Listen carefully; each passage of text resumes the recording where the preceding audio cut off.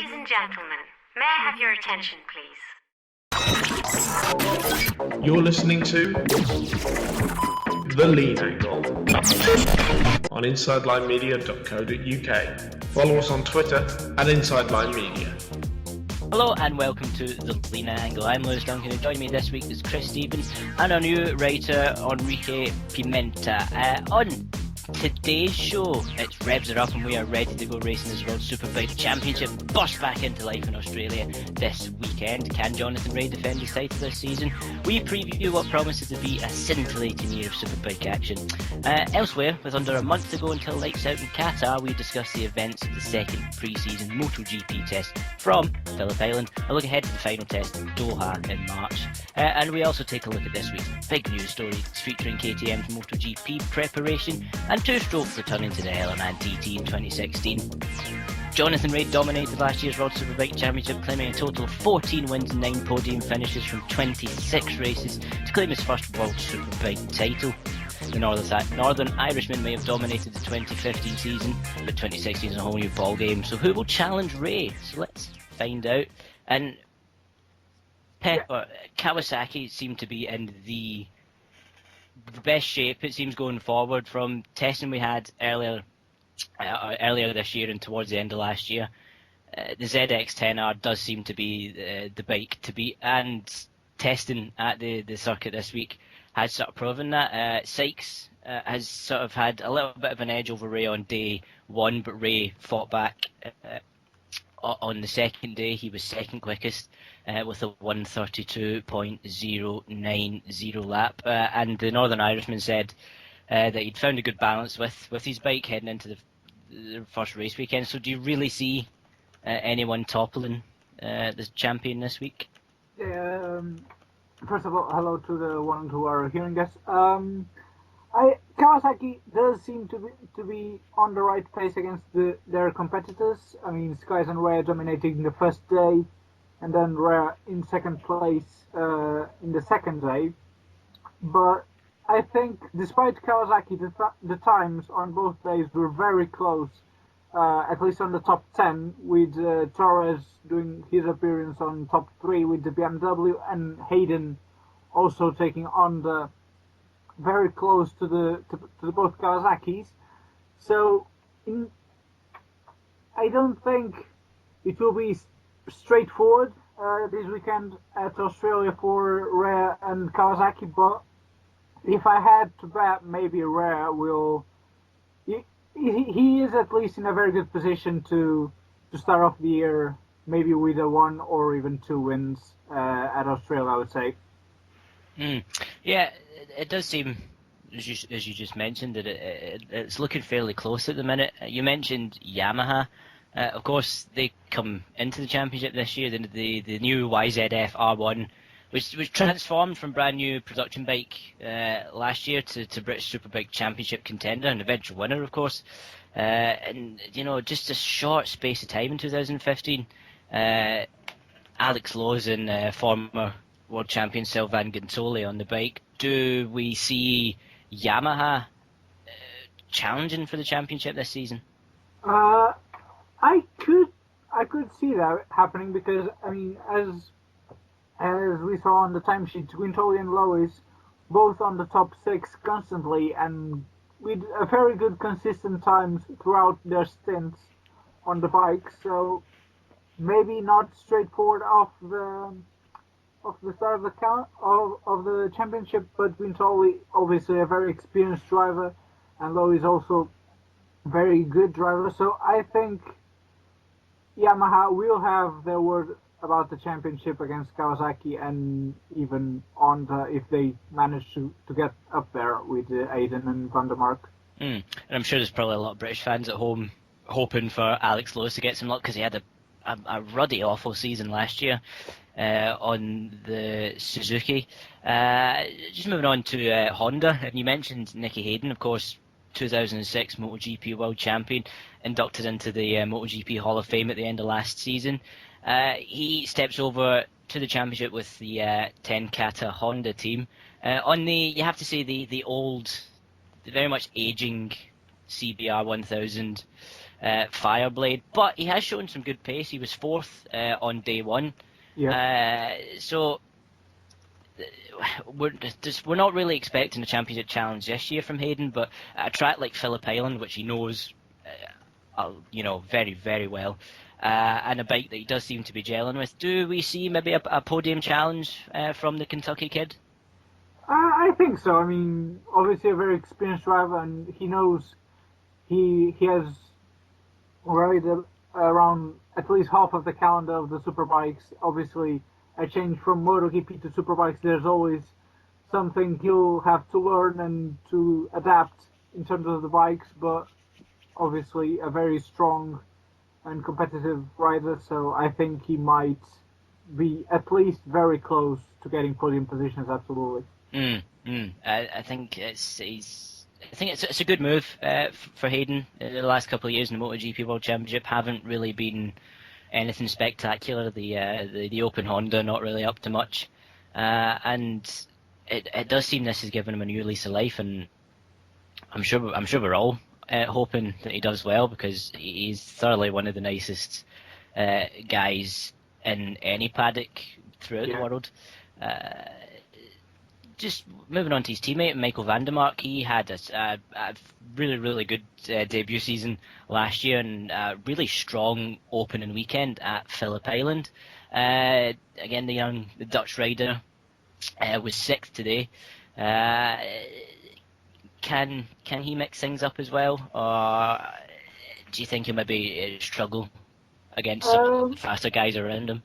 Obviously, with a rider with a lot of potential, especially looking at the last season's results, but obviously there might be a few changes. Obviously, with an experienced teammate like Hayden, he will learn a lot as well, and obviously developing the bike throughout the season. Maybe again with the start, a lot of good riders on this lineup for this year, but obviously a lot of potential to be unlocked in van der Mark. So I would say maybe there will be some days we'll see him a bit further down the field as we would say usual, since it's a very close pack, but I think he can cause some surprises throughout the season, yes. It's interesting you mentioned the development of the bike. Of course, next year Honda will launch the new Fireblade. That's the bike everyone's expecting them to return to championship winning ways with. So yeah, that's an interesting thing to watch out for with, what they bring with them on race weekends. Of course, it will be more than likely we'll see them bring a few development parts over the course of the season. And as you mentioned, with the experience of van der Mark being minimal in the Superbike class, at least against Hayden's vast experience with American Superbike and MotoGP, Honda stand to gain quite a lot over this coming year, so that'll definitely be quite interesting to watch. Moving on to one of the BMW backed teams, the Milwaukee team. Josh Brooks returns to the world stage in this season. He was 14th on both days, so a steady start for the Australian. Of course, British Superbike champion last year after, I don't know how many years of trying, but it was thoroughly deserved anyway. Do we think more to come from Brooks this weekend, or is this the sort of position you're expecting to see him in? Well, it's hard to say. I mean, the BMWs overall, the bikes seem to be every so slightly a bit off the pace of the front leaders, but Brooks obviously also running at home, so a bit of extra motivation at Phillip Island this weekend. Maybe we'll see him step up his game a little bit, but it's a bit early to say, especially with the moments he had on the practice, on the testing. It's hard to say, but everything can happen. Yeah, of course his teammate is former MotoGP racer Carol Abraham. Abraham down in 19th, so that sort of backs up what you're saying about the Milwaukee team. Is there's not quite up to speed just yet. But speaking of just the BMW teams, the Altea BMW racing team and their rider Marcus Reiterberger put in, quite a strong performance on day 2 of testing. He was 5th today. Of course, he makes his debut this season. Do we see maybe just that sort of wild card sort of up the front this weekend? Because he's certainly looking in good form. Yeah, he looks in a good form and did quite a few laps on both sessions. So I think at least if we don't see him all on the top, he's certainly very consistent so far. So he can maybe take advantage of someone's mistakes to start gaining positions, and even if he doesn't have the pace straight away, I think he's a rider which we should watch out for, because I think he can provide some good surprises on this championship, especially on his debut weekend. And his teammate as well, Jordi Torres, race winner last year at the end of the season, and of course a former Moto2 Grand Prix winner. He had a great debut season. He took to the World Superbike Championship like a duck to water. He's looking in decent form in testing. He was 7th at the end of day 2. So it does look like the Altea BMW team could be up amongst it. Wouldn't you agree? Yeah, it definitely looks strong with Torres making 4th overall on, if we combine the both days of testing. 4th overall, very good performance. Obviously, with his crash today, we don't know if it's going to affect his performance. I think he's just avoided surgery, so it should hopefully be okay for him. Yeah, physically it will definitely be okay. The question is in his mentality, if he's secure enough, if he feels confident enough to take over his bike and just perform as well as he's been doing throughout the testing session. If he does, definitely, maybe not a win straight away, but I think Torres has the potential to take BMW to a top 5. Yeah, I think I would agree with that. Just having a quick word on Ducati. They seem to be making a few people sit up and really take notice. Chaz Davis, I've seen, has been tipped by a couple of people for World Championship success this season. Won 5 races, of course, last year, including the double at Laguna Seca. Had a crash in testing, bumped his head. He's not got a concussion, but he was feeling the effects of it today. But even then, a decent 9th, considering the situation on the Panigale. 11.99. Teammate Davide Giuliano, of course, was sidelined for much of last season with injury, but still managed a few podiums on the handful of races that he did compete. So, do you see Ducati really mounting a serious challenge this year? Ducati, I mean, it's complicated because Ducati didn't really show raw pace on both days of testing. I mean, top 10s, yes, but nothing really out of the ordinary, so nothing really spectacular to make us preview that Ducati will be up there, at least on this weekend at Phillip Island. Obviously, we need to watch out for every team, and Ducati obviously one of them. Davey is a very good rider. Giuliano, maybe he can step it up as well, but we'll need to see how the Ducati performs against at my view at least, stronger Yamahas and Kawasaki's at the moment. Yeah, and we'll just finally, I just want to give Alex DeAngelis a quick shout out, because of course he steps over to the World Championship from MotoGP, and of course this is his sort of first, really the first few times he's been on the bike since his horror crash at Motegi in Japan last year. Ioda are the sole Aprilia representatives this season on stock machinery, and despite that, I have to say, DeAngelis put in a fairly solid performance in 15th. So it sort of looks like, yeah, it seems doubtful that podiums are going to be on the cards, but for the situation, DeAngelis put in was quite impressive. Wouldn't you agree? Yeah, fairly good performance today at least, 27 laps on the bike. Mm. The Aprilia bike, obviously, the lowest overall from the Hondas, Ducatis, BMWs, and Kawasaki's. But it also depends on what Aprilia can deliver throughout the season. Obviously, at Phillip Island, doesn't look too promising, but the Angelis with a pretty reasonable performance on 15th today. Maybe we'll have a midfield race that kind of shows Aprilia where they are at the moment and where they can improve, and obviously the Angelis himself. Yeah, and teammate Salvadori was 13th on the day 2 time, so it's I think, yeah, I agree with that. Yeah, the midfield battle could get quite tasty with the Iota team picking up the spoils. So, with all that being said, we have to we do this to everyone when it comes to on any podcast, when any race that they cover, you got to pick a winner. And of course, it's even more difficult for you because you've got 2 races to pick.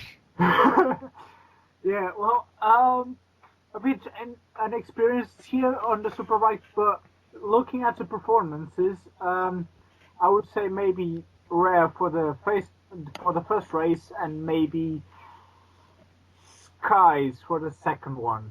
Oh, a Ray Sykes, Kawasaki 1-2. I think I'm going to go Gintoli and Jonathan Ray. Doesn't matter what race, that's just what I'm going for. Although I have to say, my predictions in most championships are awful, but I said last year before the World Superbike Championship started that Jonathan Ray was going to win it, and I was spot on, so I'm quite confident about my predictions when it comes to Superbikes. Well, we still have 1 week to decide if we want to change or not. Well, that's it, it's getting close, and of course Phillip Island, I mean, what a place to start a championship season. Fantastic track. Oh, it's absolutely wonderful. So yeah, that's our preview of the World Superbike Championship. Of course, you can follow Enrique this season and his coverage. Details of Twitter pages and stuff will be at the end of this podcast.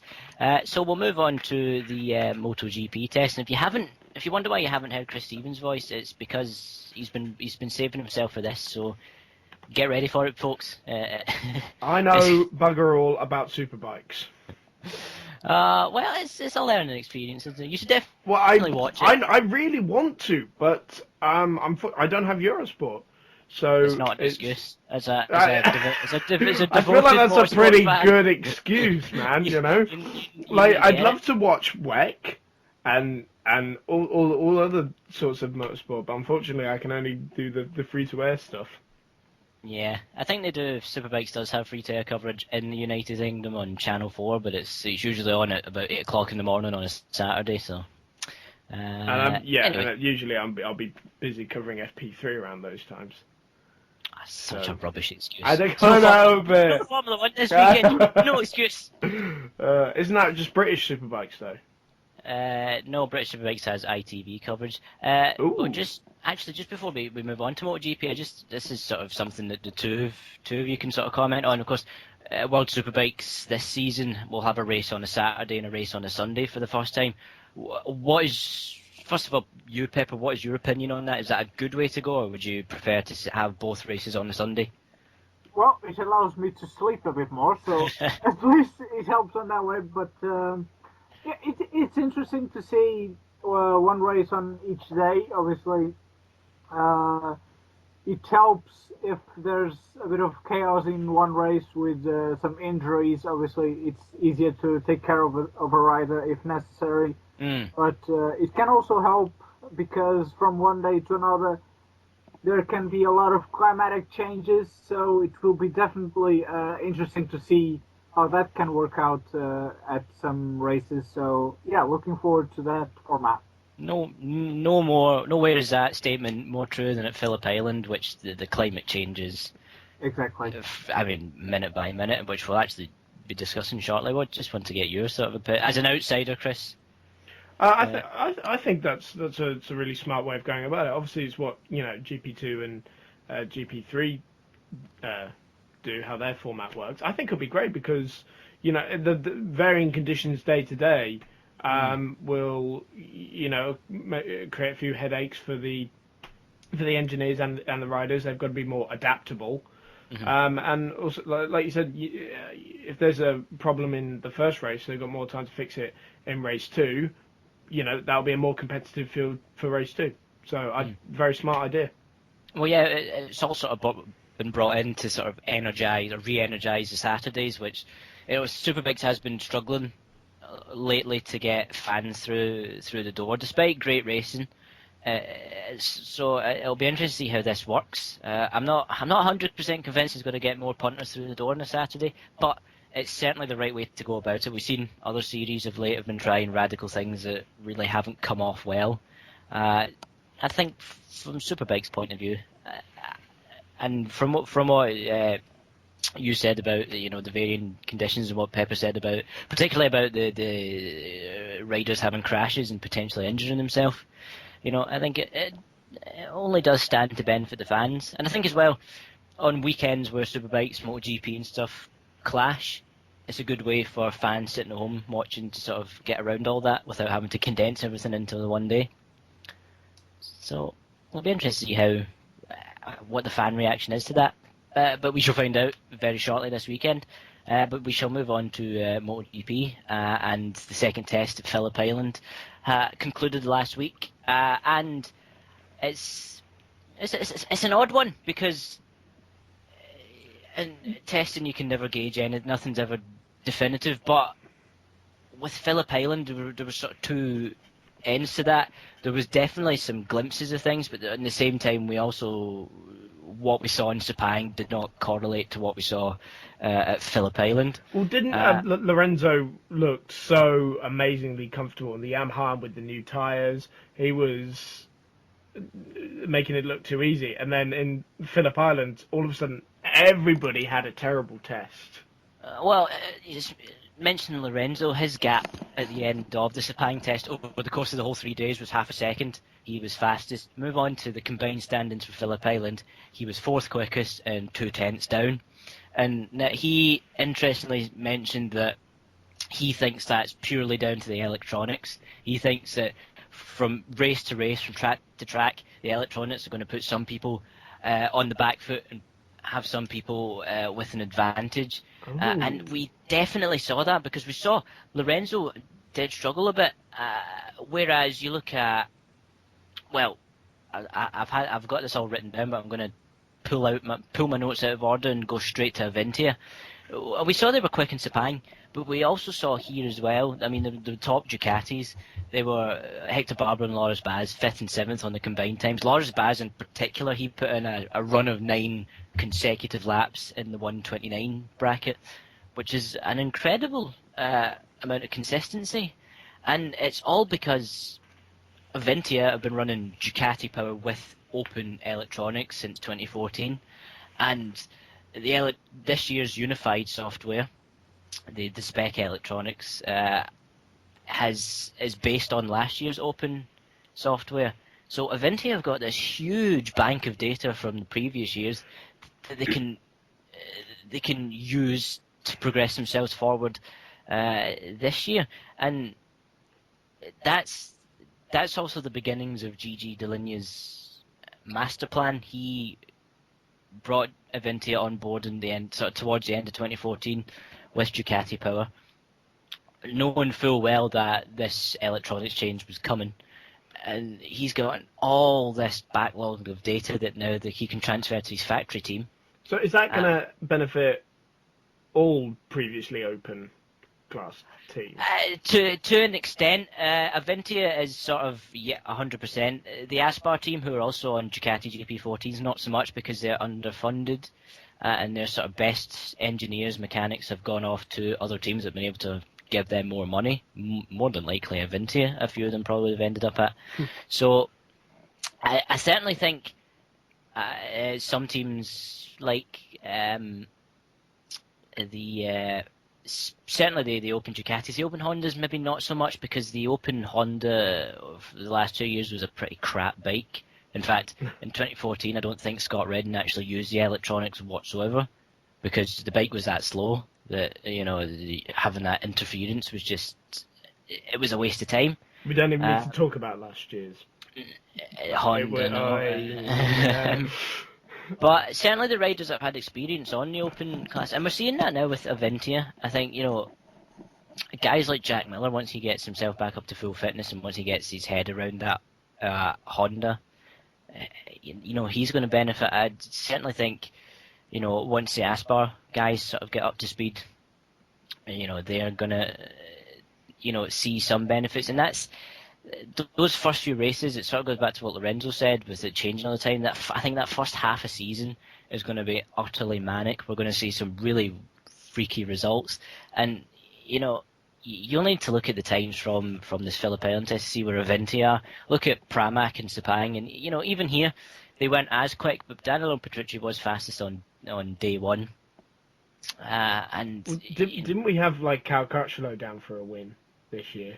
Yeah, but we did, but I'm sort of slightly changing that, and I'm kind of. What, after seeing the Honda for this year? Not so much that, seeing the Ducati and just how well they've taken to this particular evolution of MotoGP machinery with the Michelin tyres, with the unified electronics. You look at Scott Redden, he's gelled beautifully with the GP15. So is Danilo Petrucci, unfortunately injured. We'll get onto that in a little bit. But you look at the GP14 as well. That's a bike that's a couple of years old now. But look at where Barbara and Baz are. We're going to get to tracks where we could. I mean, remember back to 2014, the Qatar Grand Prix, when the Open class was first introduced, and the Open teams and the satellite teams had that pre-season test in Qatar just before the race, whereas the factory teams didn't. And you saw going into that Aleix Espargaro was damn near ready for pole position before he binned it a couple of times. I think we're going to see a situation like that, but over the course of multiple races, and we're going to see some really weird results. And I wouldn't, bet against seeing in the early stages satellite wins. I think I was saying this to someone the other day. 2016 will be the year of the satellite teams. And when was the last time a satellite won? It was 2006? 2006, yeah. Portuguese Grand Prix, Tony Elias. So it's been a while. The conditions now are right for it to happen. And you look at those guys on, non-factory machinery, Petrucci, Redden, Baz, Barbara, people like that. It's Smith and Espargaro as well. I mean, Paul Espargaro has struggled to get to grips with the Yamaha, with the tyres and such, but he's certainly found something at Phillip Island. He was 9th overall.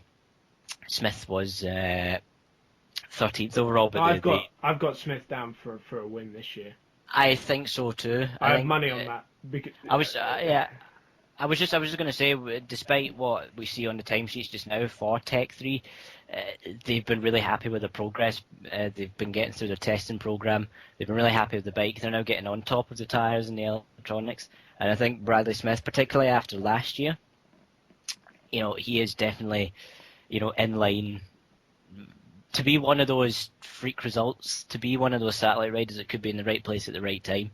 And we really are flying into this championship blind, because it does seem that Yamaha have the edge, but as we've seen, this circuit, the conditions were weird. Phillip Island's a weird circuit in general. It's not like others, but even then, it's so topsy-turvy when we haven't really seen the true potential of the factory Ducati yet, because they're still very much developing that Desmos Adichie GP16. It's all going to change again for Qatar, and for the Qatar test anyway, and then when it gets to the Qatar race, we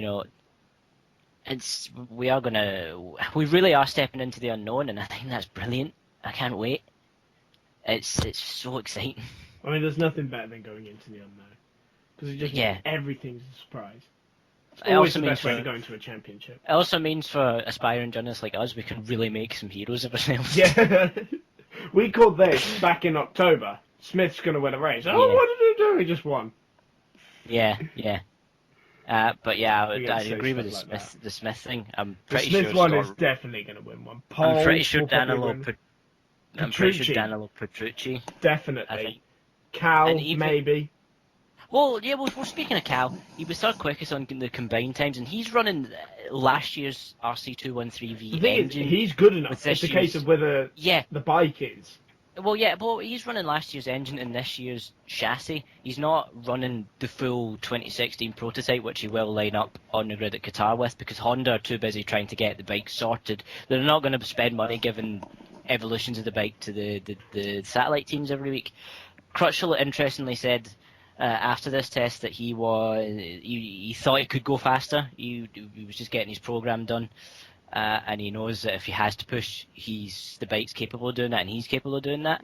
A 129.3 is only 2/10 shy of the leader of the week. So Crutchlow, if the bike's there, I think he can certainly be one of those. He'll be up there for constant podium fights. Of course, once everyone starts to get on top of the electronics and the tyres, it's obviously going to be the factory teams that will propel themselves to the front because they've got the best engineers, they've got the most money. It's just how it works in sport. But, right now, these sort of guys on the non-factory bikes, or the satellite teams, because they are factory bikes, but they're not factory bikes, it's all confusing. But we can't sit here and say that a satellite bike is going to be fighting for the championship. Yeah. Certainly there'll be some odd results in the beginning of the season, but ultimately, championship contenders, it's still going to be your Marquez's, your Lorenzos, your Rossi's, your Iannone's. Yeah, exactly. But in that first half of the season, and it's going to change so much, because there is quite a variation of tracks from, Qatar to Argentina is quite a big jump. Argentina's a highly, highly abrasive circuit. It's really, really, really difficult on tyres, whereas Qatar's more is about top end speed, and we saw that. It's not quite as grippy. Yeah, exactly, and it's also a night race compared to a very hot daytime race, and also that's when the tyre strategy element comes into it as well. Qatar's got very long straights, which is why the Ducati so very nearly won that race last year. It's going to happen this year. Ducati are going to win races. Oh, defo. Without question. It's interesting you mentioned the strategy element. I'm trying to sort of keep previewing the season until our season preview podcast, but I think it's damn near impossible to avoid. It's interesting what you say about the tyres, because... it's an open book! Well, yeah, Bradley Smith and Sepang, he was the only one to get a race running. No one really managed to get a race running at Phillip Island because of the conditions. Because it either rained and then they only had a bit of dry time, and then it rained and they had a bit more dry time. So Phillip, we're still to really see some proper long runs. But what Smith said in Sepang was that the tyres seemed to hold on for a good 12 or 13 laps, whereas the Bridgestones, their peak was 5 laps, those first 5 laps, and then... that's where they dropped off.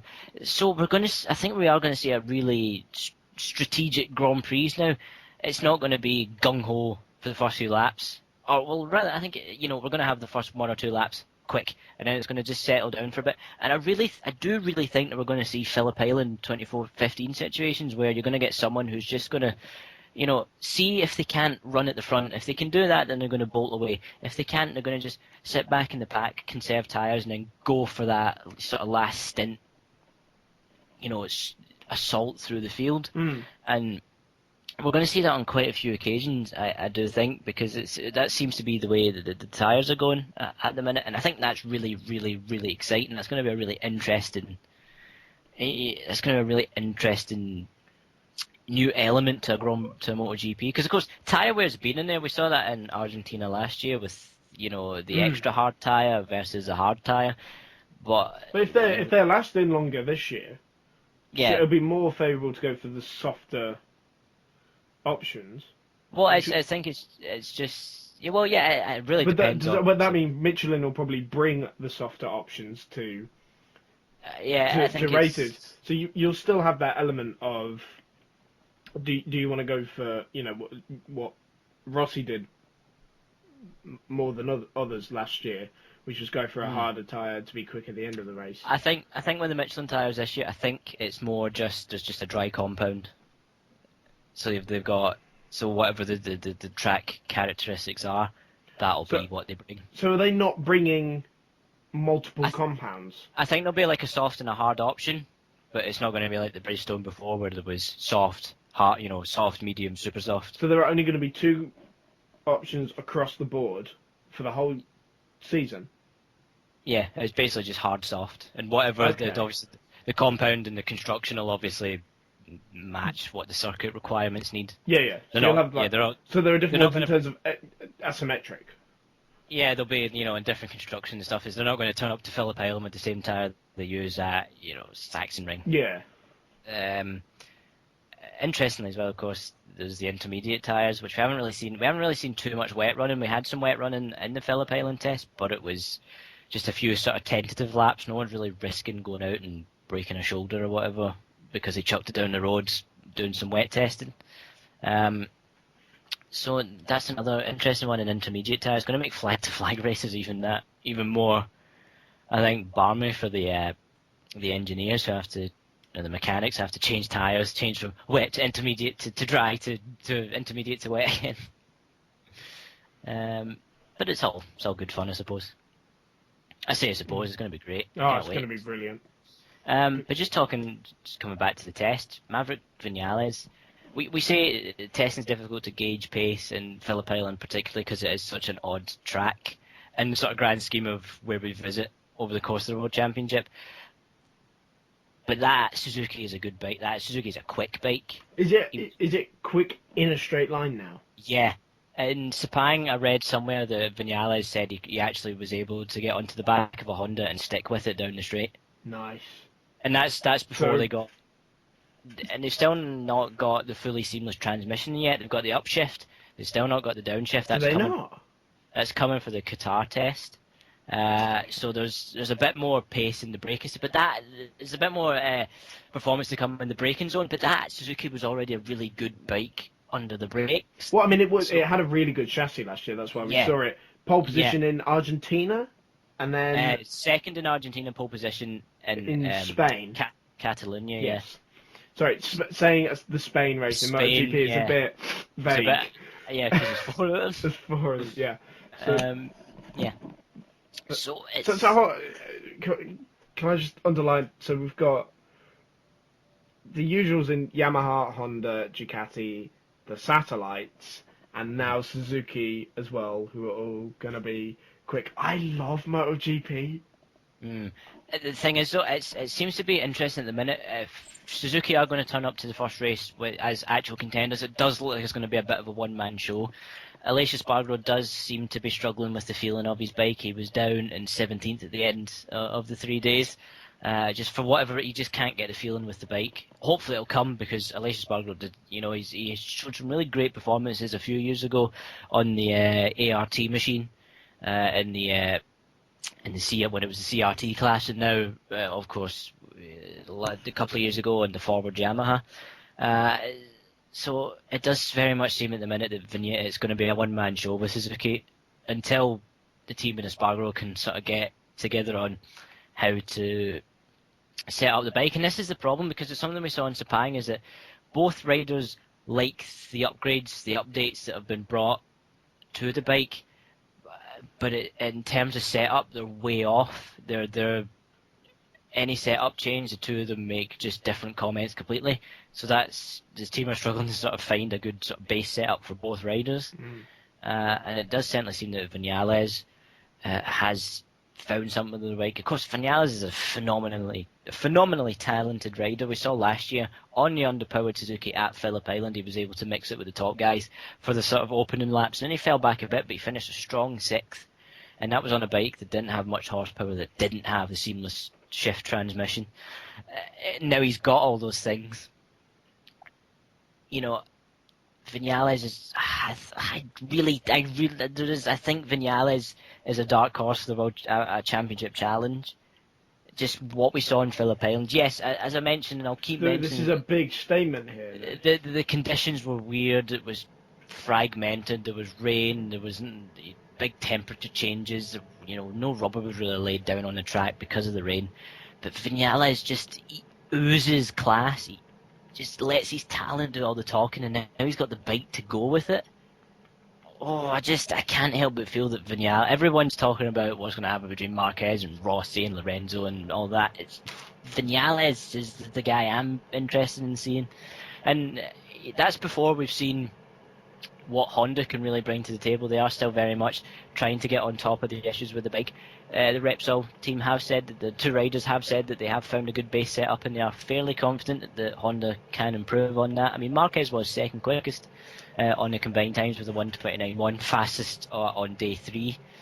So it does seem, things have certainly improved from Sepang, but because Phillip Island's an odd circuit, it is kind of hard to gauge. When looking at Suzuki and Avinti, you can definitely see the pace is there. With Honda, it's a bit of a question mark over that. I mean, we saw Danny Pedrosa down in 8th overall. He does put that down to the track just not suiting him, which is fair enough. We saw that in the race last year, so that sort of, that kind of comment corroborates with what we saw in the race. So the initial comments from the riders, as from what I've seen, it were not overly positive. Yeah, Pedrosa and Sepang was not happy at all. Marquez was a bit more upbeat. Is it the same issue as last year? It is. They have brought a new engine, but it's only ever so slightly better. It's still horribly aggressive, so they're trying to get on top of that. And they really need to, because if they don't, I don't know. Maybe this is a bit of an odd comment to make, but they're sort of really giving about 2 fingers to Danny Pedrosa, because MotoGP 2016 has Pedrosa written all over it. Yeah. These new ultra grippy rear tyres, where drive grip and where overtakes are going to be done coming out of corners. That's the area of the corner that Danny Pedrosa is strongest. He was your early bet for a world champion. Yeah, and I still sort of firmly believe that. It's just, as Qatar gets closer,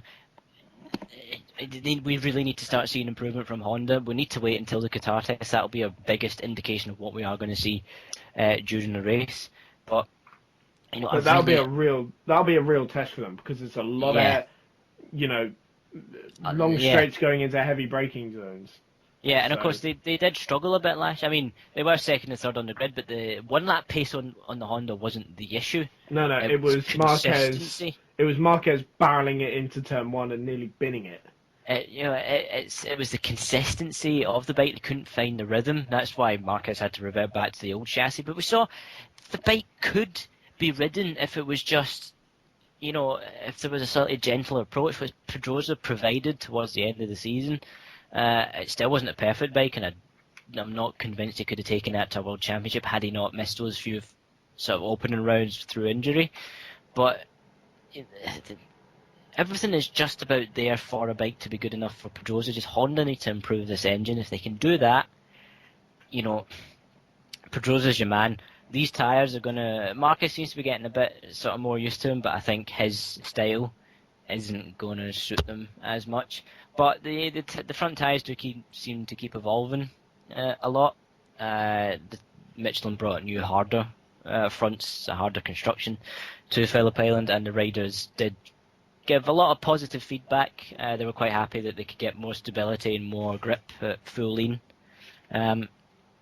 So as Michelin advance with their tyres, maybe they start to suit Marquez a bit more, but I don't know. It remains to be seen. I'm sceptical of that matter. So it's interesting. As we mentioned, we haven't really seen what Ducati can do yet, because they are still very much developing that bike. And they know more needs to be done, but they seem fairly happy with how things have gone at the moment. So we won't really see what Ducati have got in store for us until Qatar. But I mean, we saw flashes of speed when they first unveiled the bike the GP15 at Sepang last year, and then when they went to Qatar, they were fastest on both days. So, that's still a question yet to be answered. Just before we sort of continue the talking about testing, strakes or winglets, as they're sort of known, have sort of come into question about their safety on the bikes, and just their overall the point of it's a pointy out bit of carbon fibre coming out of the bike, and a mechanic last year cut his head on one of them, I believe. What? Okay. What was the incident? I don't know. I think he was just wheeling the bike in or something, and that may have been more his fault. I mean, you never saw Formula One mechanics tripping over front wings. Well, that has happened a few times. Yeah, but that's the mechanic's fault. Well, but even then, it's a sticky out, pointy bit of But carbon fibre. And if you you think can about say it, that about the handlebars. yeah, but you need handlebars. You can't ride a MotoGP bike without handlebars. Well, And- he needs those winglets. Can't ride a Yeah. Ducati without a winglet. well, not necessarily. No, well, I know, but it's. Well, the whole thing about are they but seriously it's- on about banning them? Well, yeah, because there's sort of talks that Moto2 and Moto3 might introduce them, and if you have to think about it, they have sort of reduced the width and sort of the sharpness of them to this year in anticipation of more people using them to avoid any incidents. But it's MotoGP is very much shoulder to shoulder racing, and the more bikes you have with wings on them, the more accidents. But those You winglets see happen. aren't actually.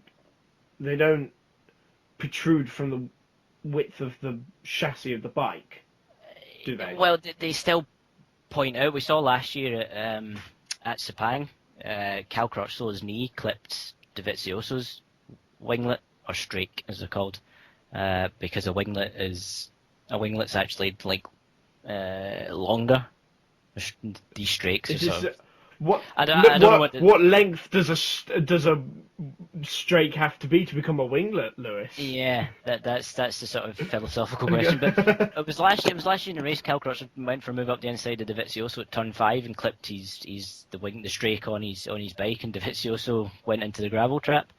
So I'll have to look that one up. I don't remember that. well, it's easy to forget after the event of that race, but Yeah. it was just a minute of taps. But that's why I don't want to see them, because MotoGP is very much elbow to elbow. I mean, as much as stupid as that incident at Sepang got, Rossi and Marquez were cigarettes paper between each other, and that's what you want to see. You start adding things, and it's only going to get more aggressive. You look at Formula One, 2008, with all the bits pointing out the car. They were the best looking cars. Well, that's from an aesthetics point of view as well. I don't like strakes. On a MotoGP bike, it's this clean cut. It's almost like just this seamless bit of material. I don't think it needs it from an aesthetic point of view. But also, I don't like the idea of MotoGP going down this heavily involved aero route, because I was reading. I can't remember what rider it was, or the journalist was saying that a rider told him that following the Ducati down the straight at Phillip Island, when it had the sort of double decker strakes on the bike, they said that they had like a lot of disturbance in the front because of the turbulent air coming off them.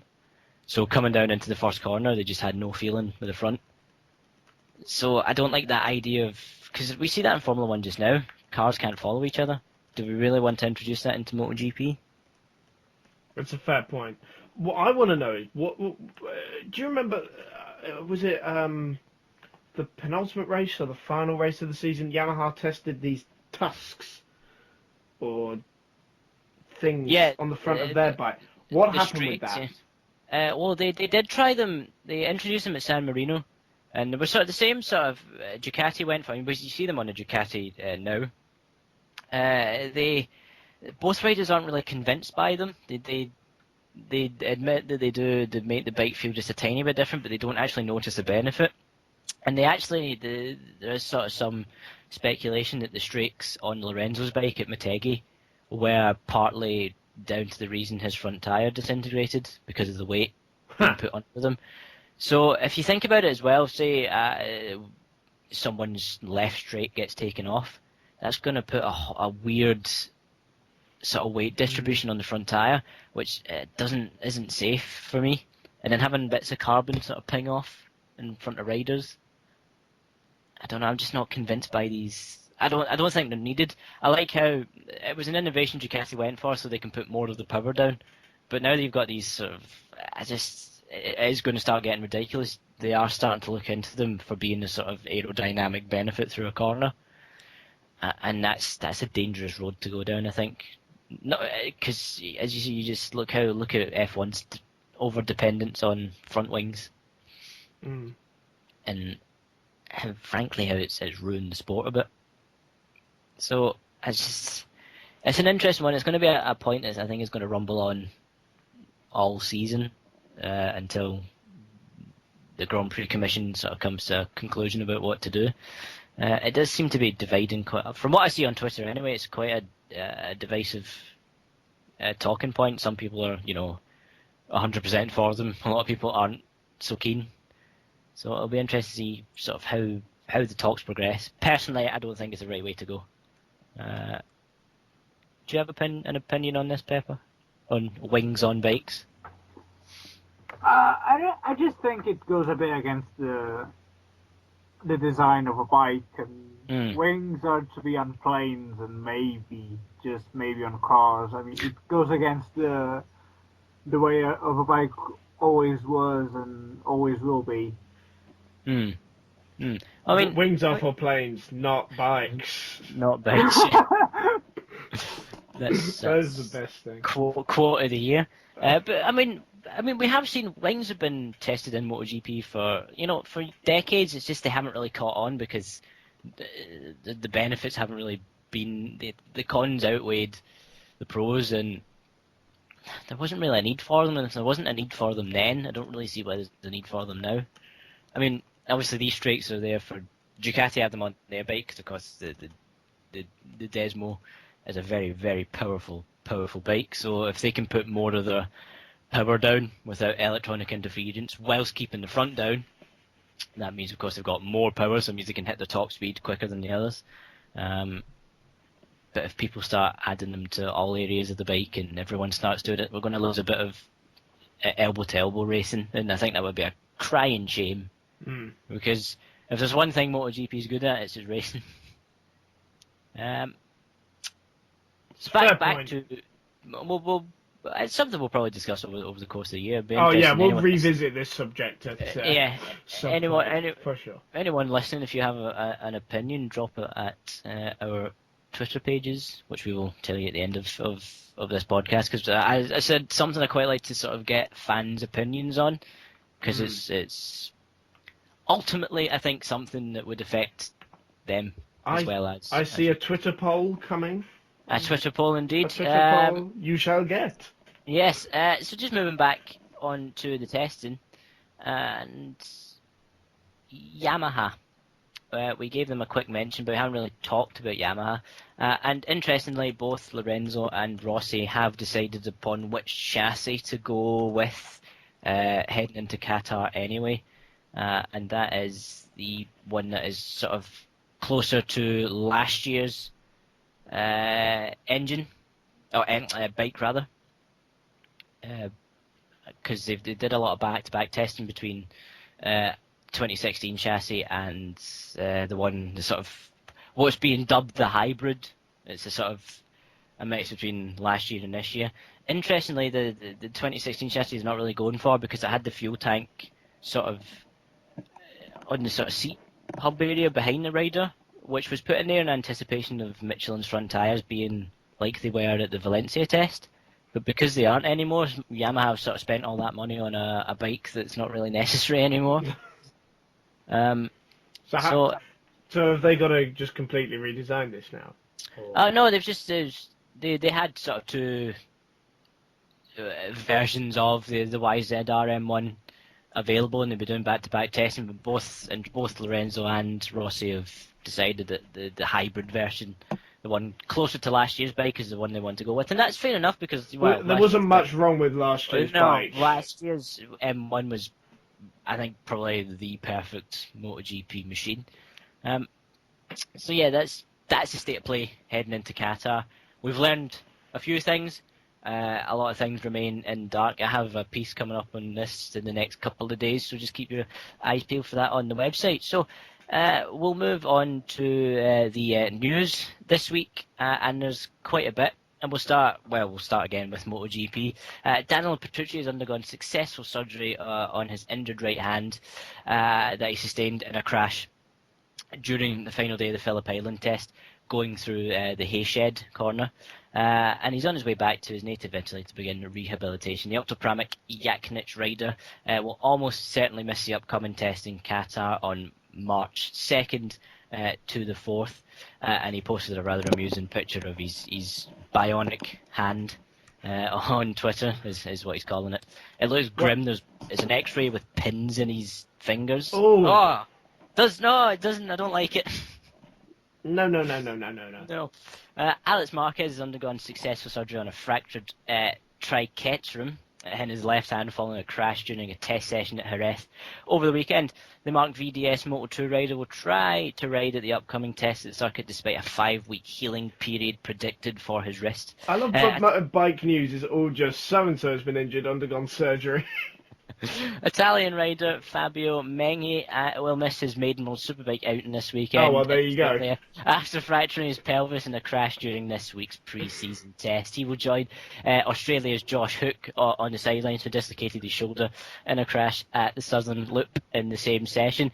More positive news. Stefan Bradl and Alvaro Bautista have completed the first test of Aprilia's brand new RSGP MotoGP machine in Qatar. Both riders noted that there is still a huge mountain to climb, but are content with the bike at this early stage. Aprilia will hit the Lusail International Circuit once again in March as the RSGP makes its public debut. Neither of them are in surgery? No, we're all good. Positive news. Suter Racing have been granted special dispensation to race their two-stroke MMX 500 machine in this year's Element TT Superbike races. The bike is a replica 500 Grand Prix bike built by the company to allow classic races to be run without the infuriating problems of trying to source out parts and maintain actual two-stroke race bikes. Riding the 576cc 195 brake horsepower beast will be former TT, Northwest 200 and Southern 100 race winner Ian Locker, who will come out of retirement for his first international event since hanging up his leathers in 2013. Can I just say how genuinely excited I am for that?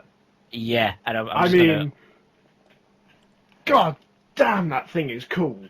And I'm going to talk about it a lot in just a second, but just finishing. Locker stated, we want to learn the MMX 500 in the next 3 years to tackle the TT step by step before we can be properly competitive.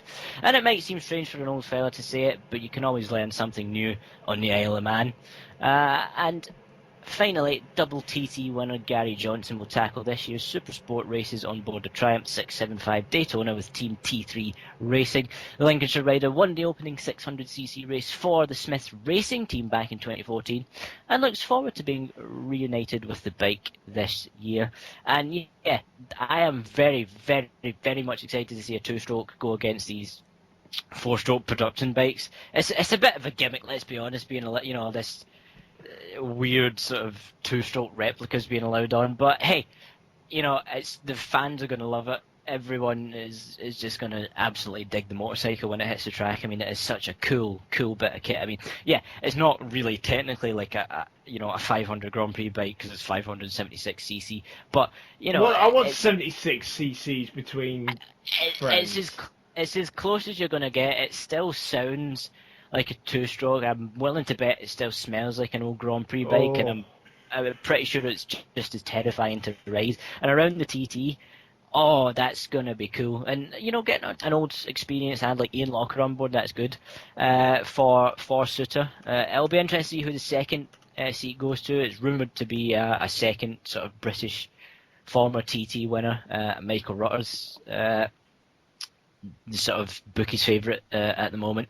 But yeah, this was one of the most exciting news stories of the year so far, I think, because I mean, really, we've had MotoGP pre-season tests, Motorsport pre-season tests, but all that's dominated the headlines has been this naff. Marquez breaks contract with such and such, and Rossi such and such breaks contract with Marquez. It's nice to have some good news. Boring. Oh yeah, what is two strokes? Yeah, I mean that would be like, the FIA granting Benetton dispensation to introduce one of their old Grand Prix cars just for the hell of it. I mean, let's face it, two strokes, they're like really, really sugary sweets. They're not the best for you. All hell. Yeah, exactly. But they're so nice. Yeah. And I mean, two strokes are just the coolest. I mean, a two-stroke was never, intended for the lap record at the Nürburgring. Well, they were once upon a time, but then we realised there are better ways to do things. And I like this. I really hope Suter aren't the only. I like this idea of creating a bike so that because it was originally intended for classic races, like the World Grand Prix Bike Legends series, which sort of inaugurated last year, where so people can enter races, former riders can enter races on these 500s in period livery without having to try and source out these relics and try and get parts for them, which is ridiculously difficult for a two-stroke. There's a reason why they're a dying breed, and it's because it's like trying to find old records. They disappear. The two-stroke in the biking world is a bit like the V8 in the car world. They're dying out. They're dying out, and like V12. Shame. V12s are dying out as well. They're all being replaced with smaller bi-turbo V6s which might be good for the environment. But it's a crying shame. They might be good. So these kind of races, I really, really like them because they're a really great way to keep that classic beauty of such a mechanical piece of art. Yeah, keep them in the modern day. I really enjoy that. Yeah, and to have it at the Isle of Man TT, actually a relevant event, a contemporary perfect racing place for event.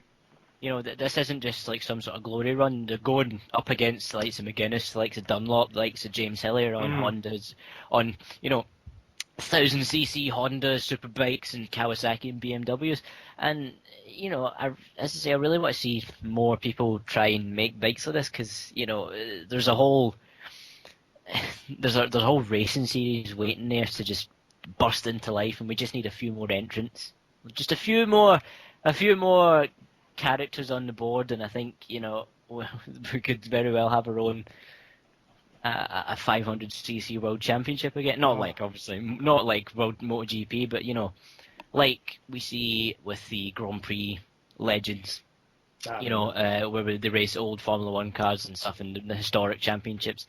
We want one of these for bikes where, the guys riding them are going hell-bent for leather.